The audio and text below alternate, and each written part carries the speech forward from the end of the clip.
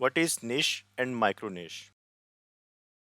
Niche is a specialized or focused area of broader market that your business serves specifically. अब इसका मतलब क्या है? किसी भी एक मार्केट का एक खास हिस्से को, एक खास फोकस्ड एरिया को हम निश कहते हैं। अब मान लो कि आप डिजिटल मार्केटर हो, राइट? तो आप ये नहीं कह सकते हो कि आप डिजिटल मार्केटिंग एक्सपर्ट हो चुके हो। हमेशा डिजिटल मार्केटर जो होता है वो किसी एक फोकस्ड एरिया के ऊपर स्पेशलाइज्ड होता है। जैसे कि अभी हम एसईओ सीख रहे हैं, तो एसईओ सीखने के बाद हम लोग कह सकते हैं कि हम एसईओ एक्सपर्ट हो गए हैं। तो एसईओ इटसेल्फ डिजिटल मार्केटिंग का एक निश है, एक फोकस्ड एरिया है। अब अगर मैं आपको एक एग्जांपल के साथ इसी एग्जांपल को थोड़ा और ब्रॉडर वे में समझ लेते हैं कि लेट्स सपोज कि ये डिजिटल मार्केटिंग की एक डोमेन है टोटल, राइट? तो इसके अंदर मुख्तलिफ एरियाज ऑफ स्टडीज़ हो सकती हैं, एरियाज ऑफ मार्केटिंग हो सकते हैं। जैसे कि एक एरिया समझ लो कि ये फेसबुक है, एक एरिया इसके अंदर एसईओ का आ जाएगा, राइट? और एसईओ के अंदर इसके अलावा ईमेल मार्केटिंग एक चीज़ आ जाती है। और भी बहुत सारे वे हो सकते हैं, जैसे टेक्स्ट आ जाता है, फिर उसके बाद आप समझ लो पीपीसी है, और भी बेशुमार इसके अंदर निशेज आ जाती है। अगर हम बात करते हैं डिजिटल मार्केटिंग की, तो ये बहुत ही ब्रॉडर निश है, यानी मार्केटिंग का एक फोकस्ड एरिया है। अब डिजिटल मार्केटिंग की बात करें तो ये इटसेल्फ एक ब्रॉडर निश का हिस्सा है, जिसको हम कहते हैं मार्केटिंग। अब मार्केटिंग के अंदर डिजिटल मार्केटिंग एक मेथड है, इसके अलावा प्रिंट मीडिया हो सकता है, उसके बाद प्रेस रिलीजेज हो सकती हैं, हम न्यूज़ के ज़रिए से अपनी मार्केटिंग कर सकते हैं, हम रेफरल्स के ज़रिए से अपनी मार्केटिंग कर सकते हैं। तो बहुत सारे मेथड्स इसके अंदर भी बहुत सारे निकलेंगे। मार्केटिंग ब्रॉडर निश हुई, डिजिटल मार्केटिंग उसकी एक स्पेशलाइज्ड फोकस्ड एरिया बना मार्केटिंग का, और मार्केटिंग के अंदर एसईओ एक उसका अगेन निश बनी, जो फोकस्ड एरिया है डिजिटल मार्केटिंग का, वो बनी एसईओ। अब एसईओ के अंदर भी बहुत छोटी छोटी निशेज हो सकती हैं, जैसे ऑन पेज ऑप्टिमाइजेशन, या फिर e commerce SEO, off page optimisation, right?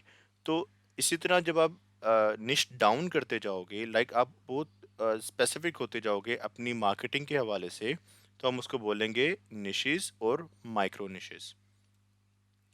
एक एग्जांपल आप और समझो कि लेट्स सपोज कि हम टारगेट करने वाले हैं डॉग्स की मार्केट को, या एनिमल्स की मार्केट को समझो। तो हम टारगेट करने वाले हैं एनिमल्स की मार्केट को, राइट? और हम बेच रहे हैं डॉग आइटम्स। हमारा जो वेब मास्टर है वो डॉग आइटम्स को बेच रहा है, और इसके ऊपर उसने एक शॉपिफाई का स्टोर बनाया हुआ है। लेट्स सपोज मुख्तलिफ प्रोडक्ट होंगी, डॉग आइटम्स होंगी, तो वो हम बेचने वाले हैं। अब हम समझेंगे कि एनिमल को हम किस तरह से निश डाउन कर सकते हैं, हमें किन वेबसाइट्स को टारगेट बनाना है, उनको compete करना है। सो एनिमल की सब निश क्या बनेगी? ये ब्रॉडर निश है। तो जैसे जैसे आप नीचे जाते जाओगे स्पेसिफिक होते जाओगे, अगर आप ऊपर रहोगे तो यहाँ पे आप ब्रॉडर हो। अब इसको आगे चल के मैं और ज़रा क्लियर करके बता दूंगा कि इसका क्या मतलब है। एनिमल एनिमल की सब निश बनती है, इसके अंदर बहुत सारी निशेज आ जाएंगी, जैसे cats, dogs, may be horses. आप समझ रहे हो एनिमल कौन कौन से हो सकते हैं। अगर आप और तरह से इसको स्पेसिफिक करना चाहो तो वाइल्ड एनिमल्स, या फिर पेट, या फिर जू। तो मुख्तलिफ तरीके से इसको कैटेगराइज किया जा सकता है। तो एनिमल, एनिमल के अंदर डॉग्स, डॉग्स के अंदर आप बात कर लो बुलडॉग्स, हम स्पेसिफिक होते जा रहे हैं, ठीक है? उसके बाद आ जाओ फ्रेंच बुलडॉग्स, ये इसकी फर्दर इसकी स्पेसिफिक होते जा रहे हैं हम अपनी निश के अंदर। तो जैसे जैसे आप नीचे आते जाओगे आप स्पेसिफिक होते जा रहे हो। अब जैसे आप स्पेसिफिक होते जाओगे तो आपके जो कंपटीशन है वो लो होता जाएगा। एसईओ सारी की सारी कंपटीशन की गेम है। लाइक जैसे आप अगर एसईओ कर रहे हो, फॉर एग्जांपल एक आपने फ्रेंच बुलडॉग्स के ऊपर एसईओ करना स्टार्ट की, और आपका जो वेब मास्टर है वो फ्रेंच बुलडॉग्स के ऊपर अपनी प्रोडक्ट बेच रहा है, तो इसके बहुत सारे कंपेटिटर्स भी होंगे। वो एक वाहिद बंदा नहीं है कि जो फ्रेंच बुलडॉग्स को बेच रहा होगा, उनकी प्रोडक्ट को बेच रहा होगा। इसके अलावा बेशुमार इन मिलियंस हो सकते हैं कि जो फ्रेंच बुलडॉग्स की आइटम्स बेच रहे हों। तो हमें क्या करना है कि हमें इस कंपटीशन से ऊपर आना है। अगर यहाँ पे मे बी 45 वेबसाइट्स हैं कि जो फ्रेंच बुलडॉग्स के ऊपर अपनी प्रोडक्ट को बेच रही हैं, तो आपको इन 45 के ऊपर फर्स्ट रैंक करना है और कंपटीशन से बाहर आना है। तो अब अगर आप फ्रेंच टू बुलडॉग्स के अंदर भी स्पेसिफिक हो जाओगे, एक अगर उसकी फर्दर कोई कैटेगरी निकलती है, उससे भी आगे कोई कैटेगरी निकलती है, उससे भी आगे कुछ निकलता है, तो आप स्पेसिफिक हो जाओगे। आप यहाँ पे अगर स्पेसिफिक हो गए तो आपके कॉम्पिटिटर्स बहुत थोड़े रह जाएंगे और आपको बहुत थोड़े लोगों के साथ compete करना पड़ेगा। थोड़ा कंपटीशन मतलब आसान एसईओ।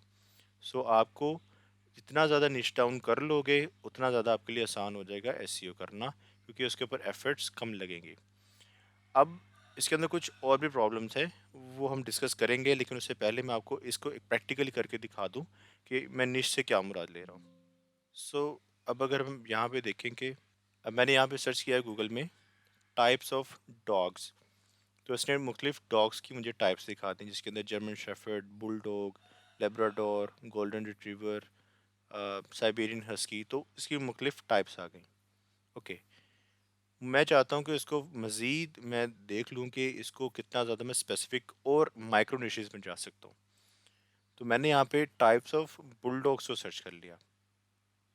तो यहाँ पे मुझे मुख्तलिफ टाइप्स नज़र आ रही हैं, French bulldog, American bulldog, olde English bulldog, और मुख्तलिफ टाइप्स हैं इसके अंदर।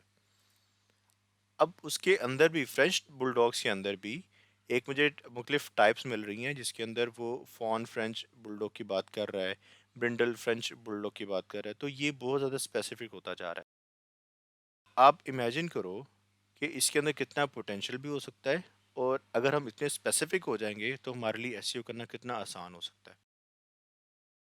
अब यहाँ पे एक चीज़ ये भी डिस्कस करने वाली है कि जब वेब मास्टर को पता है कि उसने क्या बेचना है, तो हमें फिर निश डाउन करने की क्या ज़रूरत है। ये बात ठीक भी है कि लेट्स सपोज जब आपका वेब मास्टर सपोज कि फ्रेंच बुलडॉग्स की आइटम्स बेच रहा है, तब आपको निश रिसर्च नहीं करनी, क्योंकि आप ऑलरेडी अपनी निश को जानते हो कि आपकी निश क्या है। सो लेट्स सपोज कि आपके पास ऑलरेडी निश मौजूद है, ठीक है। तो उस केस के अंदर आपको निश की रिसर्च नहीं करनी, क्योंकि आपको ऑलरेडी पता है कि आपने किस चीज़ के ऊपर एसईओ करनी है और किस में नहीं करनी।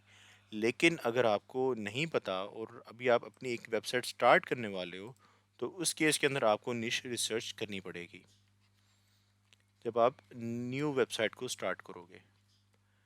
लेट्स सपोज हम एक वेबसाइट को लेकर चल रहे हैं जिसका नाम है गैराज मास्टरी।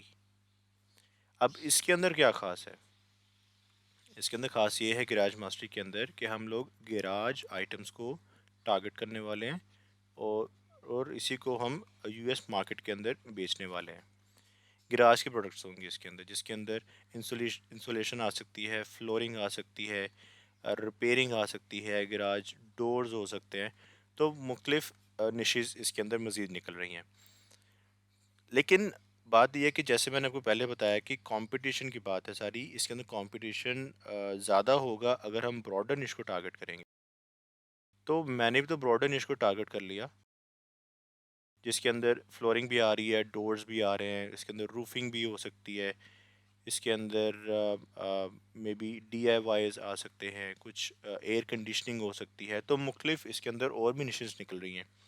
मैं ब्रॉडर निश को टारगेट क्यों कर रहा हूँ? मैं इसलिए टारगेट कर रहा हूँ कि कंपटीशन बेशक कम होगा माइक्रो निश के अंदर, लेकिन प्रॉफिट मार्जिन कम होने के चांसेस हैं। ब्रॉडर निश होगी तो मैं ज़्यादा लोगों को कैप कर पाऊँगा, ज़्यादा ऑडियंस को अपनी रैंकिंग्स बना के उनको ऑडियंस को गेन कर पाऊँगा, जिससे मुझे ज़्यादा सेल्स जनरेट होने के चांसेस हैं। तो आपको सोचना पड़ता है कि आप क्या करने वाले हो। लाइक आपको स्पेसिफिक होके माइक्रो निश के अंदर जाना है, जिसके अंदर वॉल्यूम भी कम होगा, ऑडियंस कम होगी, छोटी वॉल्यूम होगा ऑडियंस का, थोड़े लोग होंगे जिसको आप टारगेट कर पाओगे, लेकिन उसमें उसके अंदर कंपटीशन कम होगा।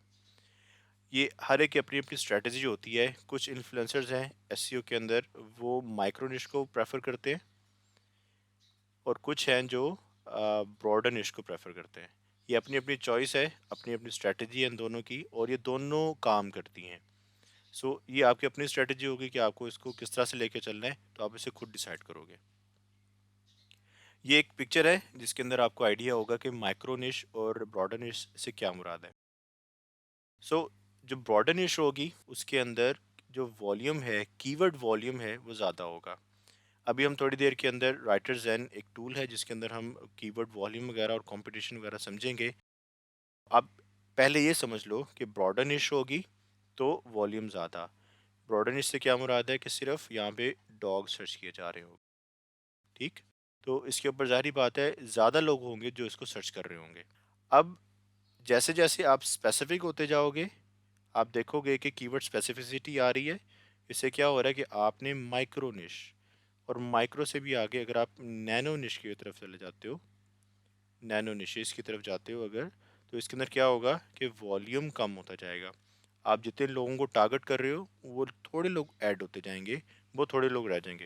मिसाल के तौर पे अगर यहाँ पे 100 के यूज़र्स हैं या 100 के इसके ऊपर ट्रैफिक वॉल्यूम है, तो यहाँ पे हो सकता है सिर्फ 100 रह जाए। लेकिन अगर आपने इस 100 वाले को टारगेट कर लिया और इसके ऊपर आपकी फ़र्स्ट पोजीशन आ जाती है, तो ये इससे कहीं बेहतर होगा कि जिसके ऊपर आपकी पोजीशन ज़ीरो पे आ रही हो। ज़ीरो से मुराद ये है कि आप मे बी इसके अंदर 10th पेज के ऊपर भी ना आ रहे हो। पॉसिबल है कि अगर आप इसको टारगेट करोगे इसके कीवर्ड को, तो आपको मे बी रैंकिंग्स ही ना मिलें, क्योंकि कंपटीशन बहुत ज़्यादा हाई है। और यहाँ पे कंपटीशन लो है, और मे बी आप इसके ऊपर फर्स्ट सेकंड थर्ड के ऊपर आ सकते हो। तो जैसे जैसे आप कंपटीशन बढ़ कम करते जाओगे, वॉल्यूम कम होता जाएगा, और जैसे वैसे वॉल्यूम कम होता जाएगा तो उसके साथ कंपटीशन भी कम होता जाएगा। सो अब अगर आप नई मार्केट को टारगेट कर रहे हो, आपको एक टास्क मिलता है कि आप ही निश डिसाइड करोगे, और उसके बाद हम उसके ऊपर वेबसाइट बना के प्रोडक्ट सेल करेंगे या एफिलिएट मार्केटिंग कर लेंगे। अगर आपको ये टास्क दिया जाए, तो उस केस के अंदर आपको ऐसी निशेस फाइंड करनी है कि जिसका कंपटीशन लो हो, उसका जो मे बी बैकलिंक्स हैं उसके ऊपर, हम आगे चल के देखेंगे बैकलिंक्स क्या है। हमें बैकलिंक्स कम से कम चाहिए, ठीक है। हमें डोमेन अथॉरिटी कम से कम चाहिए। तो ये दोनों टर्म्स हम आगे चल के देखेंगे। तो लो कंपटीशन हो, यानी कि थोड़ी वेबसाइट्स ने इसके ऊपर काम किया हो और कंटेंट पब्लिश किया हो, कम से कम वेबसाइट्स, और उसका जो इनकम पोटेंशियल है वो हाई हो। इनकम पोटेंशियल से क्या मुराद है कि लेट्स सपोज अगर यहाँ पे एक सेल निकलती है, तो उसका मार्जिन है वो 50 प्लस अगर रहता है, तो ये अच्छी इनकम पोटेंशियल हो सकता है। और अगर इससे भी ज़्यादा अगर आपको मिल रहा है मे बी 150 पर एवरी सेल, जो कि आइडियल चीज़ होगी, तो वो क्या चीज़ हो सकती है कि ये इसका पोटेंशियल हाई है। अब अगर यहाँ पे पोटेंशियली $3 पर सेल का हो, ये भी बुरा नहीं है, लेकिन ये इतना ख़ास भी नहीं है, ठीक है। और इसी तरह हाई मार्केट डिमांड से क्या मुराद है कि उसका जो वॉल्यूम है कीवर्ड का, वो हाई होना चाहिए। अब अगर इस सब चीज़ को मिलाओ, तो क्या चीज़ आपको समझ में आ रही है। तो इसका ये मतलब बनता है कि आपको वॉल्यूम चाहिए ज़्यादा, यानी ज़्यादा लोग उसको सर्च कर रहे हो, उसका कंपटीशन कम हो, यानी बहुत थोड़े लोग उसको सर्च कर रहे हो, और उसका जो पोटेंशियल है इनकम का, वो ज़्यादा होना चाहिए, ठीक। तो ये कैसे रिसर्च करनी है, ऐसी कुछ टेक्निक्स हैं जिसको हम आगे चल के डिस्कस करने वाले हैं जब हम कीवर्ड रिसर्च कर रहे होंगे। सो आपको ये चीज़ ध्यान में रखनी है कि आपको कीवर्ड वॉल्यूम हाई चाहिए, कंपटीशन कम चाहिए, और एफिलिएट मार्केटिंग है या ई कॉमर्स स्टोर है या ड्रॉप शिपिंग स्टोर है, उसके ऊपर आपको प्रोडक्ट ऐसी चूज़ करनी है, ऐसे फाइंड करनी है जिसका इनकम पोटेंशियल हाई हो। जब ये तीनों चीज़ें आपको मिल जाएंगी, तो ये एक एरिया बनेगा जो एक स्वीट स्पॉट रहेगा आपके लिए। आपने इसको टारगेट करना है, राइट। इस वीडियो के अंदर इतना ही हम डिस्कस करेंगे। हम मिलते हैं नेक्स्ट वीडियोस के अंदर। Thank you.